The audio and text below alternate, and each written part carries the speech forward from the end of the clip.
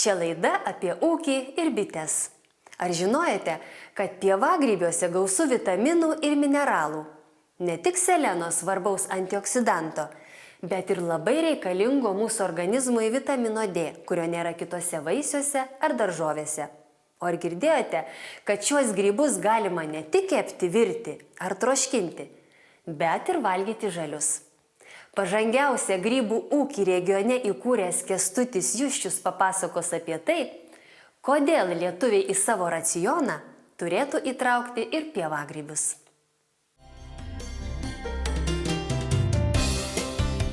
Nuo tada, kada jis pasirodo toks mažas iš durpės paviršiaus, iki tokio, kurį renkam, per 7 dienas, 6-7 dienas jis tampa prekiniu, kai jis jau pasirodo iš durpės paviršiaus. Bet mes turim laukti 3 savaitės, kol pamatom pirmąjį grybą. Po to, sakysim, grybaujam apie 3 savaitės. Tai iš viso tas visas auginimo procesas šitoje augimvietėje, vienas auginimo ciklas užima 6 savaitės. Stanelių kaime Joniškio rajone esančioje grybų augimvietėje dirbantys žmonės grybavimo subtilybių mokosi gana ilgai. Pasirodo, skinti kiekvieną patikusį grybą neracionalu.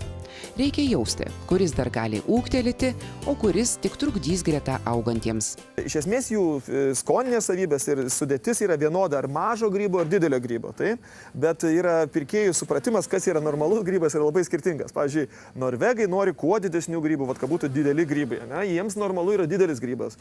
Sakysim, danai nori šalis nori mažiukų grybų, nes visą gyvenimą ten buvo mažiukai grybai, nes buvo vietiniai gamintojai gamindavo, nesugebėdavo užauginti didelių, todėl jie įprato prie mažiukų ir jiems normalus yra toks mažas grybas. Lietuviai vieni nori mažų, kiti nori didelių. Skiriasi, kur auginat lietuviams, o kur auginat skandinavams? Ne, tai grybai visi, sakykime, auga ant tos pačios auginimo terpės ir to skirtumo negali būti. Pats grybas, reiškia, yra toks pat, tik tais galbūt gali skirtis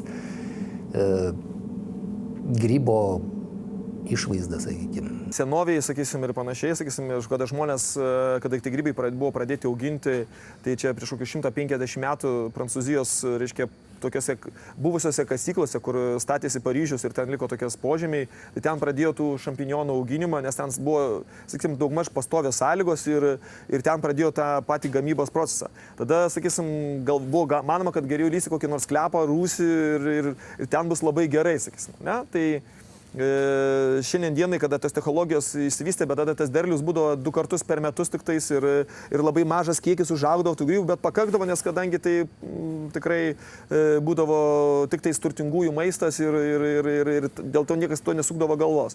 Bet gyvenimas eina tiek į priekį, kad mes turim kiekvienais metais vis geriau dirbti ir kokybiškiau dirbti ir našiau dirbti. Pasak pažangiausią regione grybų ūkį įkūrusio Kęstučio Juščiaus, norint išlaikyti lyderio pozicijas, būtina nuolat tobulinti visus gamybos procesus. Ūkininkas sako, kad nepaisant nuolat brangstančios darbo jėgos ir kylančių energetinių išteklių kainų, dabar pievagrybiai Lietuvoje kainuoja perpus pigiau nei prieš 15 metų. Tuo tarpu mėsa ir kiti pagrindiniai maisto produktai pabrango kone 2 gubai. Lietuvoje nėra ruošiami nei specialistų, nei mokslų ir panašiai.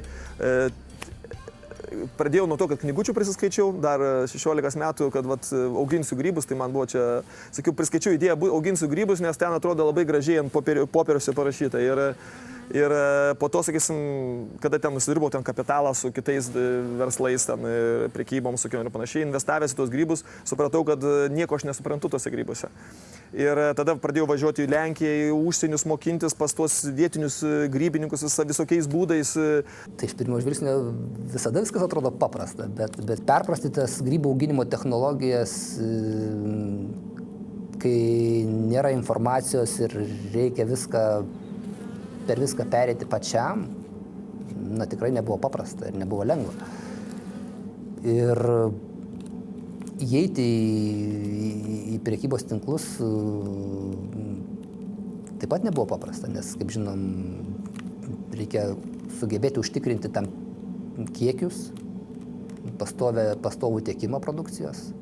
Tai tai pasiekti tikrai nebuvo lengva. Šitoj patalpoje, kur mes randamės, tai yra sudaromos ne tik tais, kad temperatūros idealiai sąlygos, kurios turi būti palaikomos 0,2 laipsnio ribose, turi būti drėgmė palaikoma 1% ribose, netgi yra uostomas oras ir šviežumas nustatomas, kokia yra CO2 koncentracija ir nuo to viso dalyko jo oro judėjimas per lentyną, koks jis turi būti, kad jis būtų toks ar ne kitoks, greičiai judėjimai keičiami. Tai čia yra, sakysim, reikia surasti tašką optimalų tarp X, Y, Z ašyje ir nustatyti, kad tų sąlygų reikia tiem grybim, kad būtų idealu, kad jis gauti tą derlių ir kad tas grybas būtų baltas, gražus, nepasišiaušęs. Kęstučio Juščiaus ūkyje Staneliuose kasdien užauginama po 10 tonų pievagrybių, o visoje Lietuvoje esančiuose grybynuose po 1000 tonų per mėnesį. Ūkininkas sako, kad vietos rinkoje parduoda iki 15% savo užaugintos produkcijos, likusi eksportuojama. Pasak pievagrybių auginimo ekspertu tapusio Kęstučio, Europos rinkoje tenka konkuruoti su stipriais Lenkų augintojais, todėl būtina išnaudoti visas progas pagerinti produkcijos kokybę ar dar labiau sumažinti jos savikainą. Tokias galimybės suteikė ir Lietuvos kaimo plėtros 2007-2013 metų programoje numatyta ES parama. Pagal šios programos priemonę Žemės ūkio valdų modernizavimas ūkyje buvo įgyvendinti net 3 projektai. Įsirengėme higienos programą vieną įvykdėm, kad būtų galima švariau ir tvarkingiau palaikyti švarą esamuose gamybinėse objektuose, tai ten specializuota valymo technika, plovimo mašinos ir buvo padaryta investicijos aikštelės išasfaltuotos prie tų gamybinių objektų, kad būtų galima laikytą idealią švalą palaikyti. Nes to vietoj iš tikrųjų mums higiena labai svarbi mūsų procesuose, nes nuo to galima užsikrėsti ligas ir po to mes turėsim labai daug problemų ir visą kitą. Kiek galėjome tos paramos gauti, stengiamės gauti. Aišku, tai nebuvo ypatingai didelė ir svari parama, bet kad ir, sakykime, tie patys 5% yra vis tiek geriau negu 0.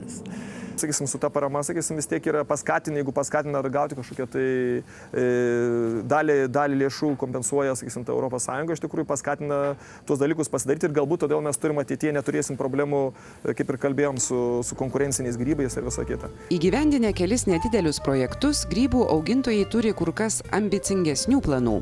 Lietuvos kaimo plėtros 2007-2013 metų programoje numatytą paramą nusprendė pasinaudoti ir pievagrybių augintojus vienijanti kooperatinė bendrovė Grybai LT. Kooperatyvo parengtam perdirbimo gamyklos statybos projektui jau paskirta parama pagal programos priemonę Žemės ūkio produktų perdirbimas ir pridėtinės vertės didinimas. Atsiras galimybė dar mums pasiekti tolimesnės rinkas, nes mes dabar su šviežiais pievagrybiais negalim labai toli važiuoti, jeigu tikrai mūsų produkcija bus vertinama ir panašiai mes galim pasiekti jau, sakysim, iš esmės visas pasaulio rinkas ir tas iš tikrųjų padidins mūsų galimybės Lietuvoje irgi tą verslą vystyti. Europos Sąjunga parama paskatina imtis to proceso dabar, sakysim, šiandien ir dabar, nes kai gauni kažkokią tai paramą ir panašiai, tai lengviau žiūri į tą visą procesą ir tie patys finansuotojai, ir tie patys bankai nesako, jo, jeigu, sakysim, iš karto projekto sąnauda sumažėja 40%, tai atsiperkamumas tikėtina bus greitesnis, todėl galėsim grąžinti ir tas skolintas lėšas tiem patiem bankam, tai automatiškai tas projektas turi didesnių šansų iš viso būti įgyvendintas. Ir aišku, mums tai irgi yra toks paskatinimas, kad daryti šitą projektą, nebegalvoti, nebedelsti, nes tada, žinot, mes jau 15 metų grybus auginam, visą laiką galvojam apie tą perdirbimą, bet kadangi labai brangios tos visos technologijos, sakom, dar ne dabar. Tai saksim, tas paskatina imtis to projekto šiandien ir dabar, nes galbūt už metų to projekto nebegalėsi padaryti su ES parama, gal nebebus programai ir panašiai, todėl, sakysim, tai skatina, sakysim, kažkaip tai pastumti tas visas investicijas anksčiau ir paskatina verslininkus priimti sprendimus greitesnius ir nebesvarstyti, sakysim, to vietą. Lietuvos kaimo plėtros 2007-2013 metų programoje numatyta parama žemės ūkio produktų perdirbimui ir pridėtinės vertės didinimui skirta visų pirma labai mažų ir vidutinių įmonių plėtrai. Ypatingas dėmesys skiriamas smulkesnių žemės ūkio produktų gamintojų kooperacijai, o juos vienijančių kooperatyvų įgyvendinamiems projektams taikomos palankesnės sąlygos. Iš viso Lietuvos kaimo plėtros 2007-2013 metų programoje žemės ūkio produktų perdirbėjams numatyta skirti virš 500 milijardo litų paramos. Turėtų būti tęstinumas, žinoma, kad jis turėtų būti, tik tais manyčiau, kad irgi ta parama visgi turėtų būti, sakysim, orientuojama į rezultatą, į pasiektus rodiklius, o ne į pyragą, kurį reikia visiems išdalinti. Mes investavę, sakysim, pastatę 140 žmonių įdarbinę kaime, investavę 24 milijonus, galime gauti tokią pat paramą, kaip ir ūkininkas, kuris turi 35 hektarų žemės ar 50. Nei vienas negauna minimalaus atlyginimo. Visi gauna daugiau negu minimum. O skynėjai, sakykime, skynėjos, tai gauna daugiau negu vidutinį atlyginimą. Darbdaviui turbūt gal ir būtų paprasčiau turėti grybyną kur nors arčiau miesto, kur galima būtų paprastai atsivežti iš netoli žmonių. Tarkim, kai šiuo metu, sakykime, susidurėm su tuo, kad tenka iš toliau atvažiuoti darbuotojams. Bet be abejo, tai yra tikrai kaimo bendruomenė yra naudinga. Aš pats, pavyzdžiui, miestietis, užaugau Šiauliuose, mokiausi Vilniuje. Ir ne žemės ūkį, o vadybą. Ir sakysim, auginu grybus, dar priedo dabar iš viso žemės ūkį įsigijom įmonę, žemės ūkio bendrovę ir ten vystysim ekologinius tokius projektus ir panašiai, auginsim visokias kultūras. Tai visiškai nesu žemdirbys, bet vystau verslą kaime. Idėjų nestokojantis ūkininkas neketina apsiriboti vien tik grybų auginimu ar jų perdirbimu. Dabar jo planuose projektai, kaip grybieną ir jos produktus panaudoti kitų augalų auginimui. Kadaise priverstas gilintis į mikologijos ir biochemijos mokslo subtilybės, vyras sakosi atradęs daugybę įdomių dalykų. Dalis ūkyje naudojamų gamybos procesų unikalūs ir saugomi tarptautiniais patentais. Pasak Kęstučio, auginant grybus viskas įtakoja galutinį rezultatą. Svarbu ne tik kokios sąlygos sudaromos pačioje augimvietėje, bet ir kaip ruošiama grybienos auginimo terpė. Kompostas čia, taip liaudiškai tariant, šiaip jis yra grybieno auginimo terpėje, reiškia jau peraugusi grybieną tam tikroje terpėje užauginta ir iš kurios paskui auga grybai. Tai jos paruošimas taip pat yra labai sudėtingas procesas, sakyčiau. Ir jeigu tam pradinėme etape kažkas yra padaryta ne taip, tai ir sekančiose etapuose turėsim blogus rezultatus. Ir visas tas dalykas dabar suformuoti sluoksnį ir užpildyti kamerą ir po to prasideda auginimo jau procesas, plus mūsų vandens priežiūra. Čia šiuo metu iš karto susiformuoja ir durpė sluoksnių. Turi užsidėti iš karto komposto, nes kitaip neauga grybai be durpės sluoksnio. Tai šį procesą atlieka dabar 5 vyrai pagalba šitos technikos. Iš esmės grybas pats pagal maitinimosi formą jis yra natūralus, nes jis auga iš natūralių tik šiaudų ima maistą. Bet mes negalime gauti tokių kiekių ekologiškų šiaudų iš ekologinių ūkių, kad galėtume sakyti, kad yra ekologiška produkcija ženklinti. Todėl, sakysim, iš kažkuria prasme galvojam, kad mums verta bus šiek tiek to vietoj dirbti ir investuoti į tai, kad mes galėtumėm gauti tos ekologinius žaliavas ir tada mūsų produkcija tikrai bus ženklinama ekologiškai. Manau, kad už 2-3 metų mūsų produkcija bus jau 100% ekologiška. Savo ūkyje ne tik įprastus baltus pievagrybius, bet ir egzotiškas jų atmainas auginantys vyrai įsitikinę, kad šie grybai ant mūsų stalo galėtų būti ne tik garnyrų, bet ir pagrindinių patiekalų. Jie sako, kad Lietuvos vartotojai gana konservatyvūs, tačiau po truputį atranda ir naujus patiekalus ir iki šiol dar nematytas grybų rūšis. Sakysim, jis yra produktas tarp daržovių ir mėsos, kuris gali ypatingai racione teikti ir baltymų, ir angliavandenių. Ir dar, kas nekeista, visi galvoja, kad jis neturi vitaminų, kažkokie tai ten turi, tai čia irgi netiesa, nes mūsų vitaminų prasme tai jis rengia didžiąją dalį tų visų daržovių ir yra palyginimai padaryti ir suskaičiavimai ir tai yra faktai, kad yra daugiau turi vitaminų už kai kurios daržovės ir tokių, kurių visai kitas daržovės neturi. Grybuose netgi yra tokio vitamino kaip vitaminas D, kurio, sakykime, vaisių ir daržovių skyriuje nusipirktų produktų tarpe niekur kitur nerasite. O grybas jis yra nei vaisius, nei daržovė, todėl jis kažkaip sugeba tą vitaminą D gaminti. Tiesa, to vitamino D yra labai mažai, bet tas kiekis vis tiek jis yra reikšmingas. nes realiai mes vitaminą D gaunam daugiausiai su saulė. Tai ypač žiemos metu, sakykime, kai mes tos saulės turim trūkumą, valgyti grybus tikrai yra naudinga.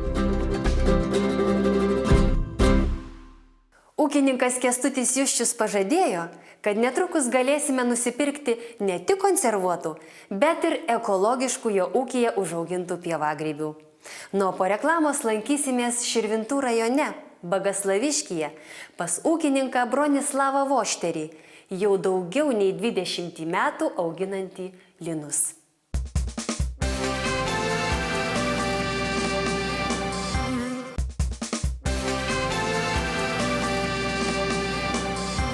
Po ilgos žiemos staigiai įsiveržęs pavasaris gėlėmis nuklojo visas pievas. Na, štai ūkininkas Bronislavas Vošteris laukia nesulaukia gražiausių žiedų. Liepos gale, rugpjūčio pradžioje pražysiančių linų. Senojo aliejaus spaudimo ir tradicinės žolininkystės amatų puoselėtojas apie linus ir jų naudą žmogui galėtų kalbėti nuo ryto iki vakaro. Jau 3 dešimtmetį linus auginantis ir sėmenų aliejų spaudžiantis ūkininkas linus vadina Lietuvos auksu. Širvintų rajone Bagaslaviškio kaime gyvenantys Bronislavas ir Janina Vošteriai ūkininkauja daugiau nei 20 metų. Augina kviečius, avižas, rapsus, žirnius. Turi ir vaistinių augalų kmynų, tačiau didžiausią žemės plotą apie 60 hektarų skiria linams. Linus išauginti ne taip paprasta, labai sunkus derliaus nuėmimas, nukulimas, džiovinimai, paskiau valymai. Tai perka dabar, reiškia, sėmenys iš Ukrainos, pirkti užsienį, kada karštam klimate augia linai. Jų vertė, omega-3 daleiskim, jų yra daug mažesnė. Pas mane auga lietuviški tie linai, kurie turi sertifikuoti, turi tautinį paveldą. Linų derlius iš hektaro, jeigu gauti 1 toną, tai aš nežinau, gal ne vienais metais išvalyto nesiekia. Siekia apie 800 kg, 900 gal kilogramų siekia iš hektaro. Auginant kviečius arba rapsus, tai ūkininkai didesnės pajamas gauna. Bet kadangi aš čia jau tiek metų linų patriotas, esu aliejaus patriotas, tai man nieko kito nelieka, kaip jau tęsti šitą darbą. Pasak ūkininko, linas stebuklingas augalas. Nuo seniausių laikų jis lietuvius rengė, gydė ir maitino. Dar būdamas 6, Bronislavas kartu su tėvu merkdavo linus į taip vadinamas linmarkas, vežė į jaujas. Prieš karinių laikotarpį buvo auginama labai daug. Būdavo auginama iki 38 000 hektarų, kas sudarydavo bendrą plotą nuo 3 iki 5% viso ploto. Žmonės tais linais gyveno, audinius ausdavo, rengdavo, sluoštas toks šiurkštokas būdavo. Tai dirbant, reiškia, tas drabužis atlikdavo dar ir masažo vaidmenį. Ką dabar linų, tai sarmata ir sakyti, apie 400 hektarų tik augina. Lietuvoje vargiai surasi ūkininkų šitiek metų auginančių ir populiarinančių linus ir sėmenų aliejų, kurį Vošteriai pardavinėja ne tik savo kieme, bet ir ūkininkų turgeliuose tiekia į prekybos tinklus. Sėmenų aliejaus spaudimas ūkininkams tik papildomas verslas. Tačiau tuo nė neužsiimtų, jei abejotų jo nauda žmogaus sveikatai. Vošterių spaudžiamas sėmenų aliejus sertifikuotas tautinio paveldo produktas, pelnęs ne vieną apdovanojimą, o parodoje Agropal 2012 ir aukso medalį. Jis yra labai vertinamas, kadangi dėl rūgščių omega-3, omega-6 rūgščių.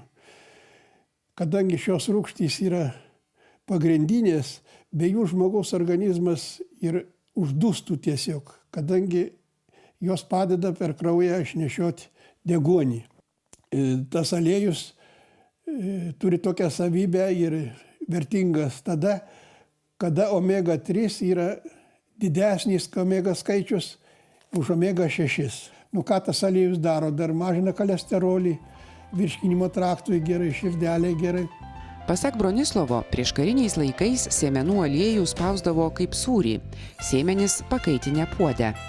Ilgainiui atsirado spaudimo presai. Tokį presą aliejaus gamybai prieš daugiau nei 20 metų sumeistravo pats Bronislavas. Pasinaudojęs Lietuvos kaimo plėtros 2007-2013 metų programoje numatytą žemės ūkio valdų modernizavimui skirtą paramą pagal antrąją veiklos sritį, ūkininkas įsigijo naują spaudimo presą. Vošterių ūkyje spaudžiamas aliejus yra šalto spaudimo ir nerafinuotas. Nerafinuotas šaltai spaustas aliejus, reiškia, yra daug vertingesnis. Jame išlieka gleivės, visi mineralai. Jau rafinuotam, išvalytam, daug kas lieka atliekose. Čia presas yra pusiau savadarbis, toks senas, daug sykių remontuotas, jis dirba jau 20 metų. Bet jis yra daug našesnis ir, kas svarbiausia, šitas presas neįkaitina tų pačių sėmenų. O tokį presą pirkau čia su Europos parama. Tai reiškia, čia čekoslovakiškas. Gaminu tik tai dienai, kada man užsakymas yra, aš tada pagaminu. Pagaminti daug negalima. Galima pagaminti rapsų, ten jokios bėdos nėra, bet su sėmenų alieju jo negalima. Tai kartais būna ir kuriozų, man kitas tik skambina, sako, tavo aliejui ten labai daug žuvies taukų įdėta. Sako, žuvims smirdi. Tai aš tada aiškinu, kad ne žuvis čia kalta, bet omega-3, kadangi omega-3 ta rūgštis duoda tokį žuvies kvapą. Visai neseniai ūkininkas nusipirko nedidelį malūną. Jo labai reikėjo paties užaugintiems grūdams sumalti. Daugelį metų Bronislovas stengiasi išpopuliarinti dar vieną užmirštą grūdinę kultūrą – belukštę avižą. Tos avižos belukštės yra labai vertingos. Jos turi labai daug mineralų, vitaminų, prilyginama net, kad jos prilygsta motinos pienui. Tai labai reikalinga ligoniam ir sveikiem žmonėmis. Kiekvieną dieną turim jų suvalgyti 200 gramų. Na tai čia yra 3 rūšys. 4 rūšys jau yra jau atliekos tenai jau. Tai čia smulkiausia yra. Razavi miltai gaunasi. Čia jau kitan maiše yra jau netokie smulkus. Matot, jie yra tamsesni, daugiau lukšto, truputį ir vertingesni už šitos, kadangi šituose tai jau daugiau krakmolo. Kad būtų kur pabendrauti, reikalus aptarti, apie sveiką gyvenimo būdą padiskutuoti ir firminės vošterių košės paragauti, ūkininkas įrengė svetainę. Čia suvažiuoja ne tik mokslininkų, ūkininkų, bet ir moksleivių iš visos Lietuvos.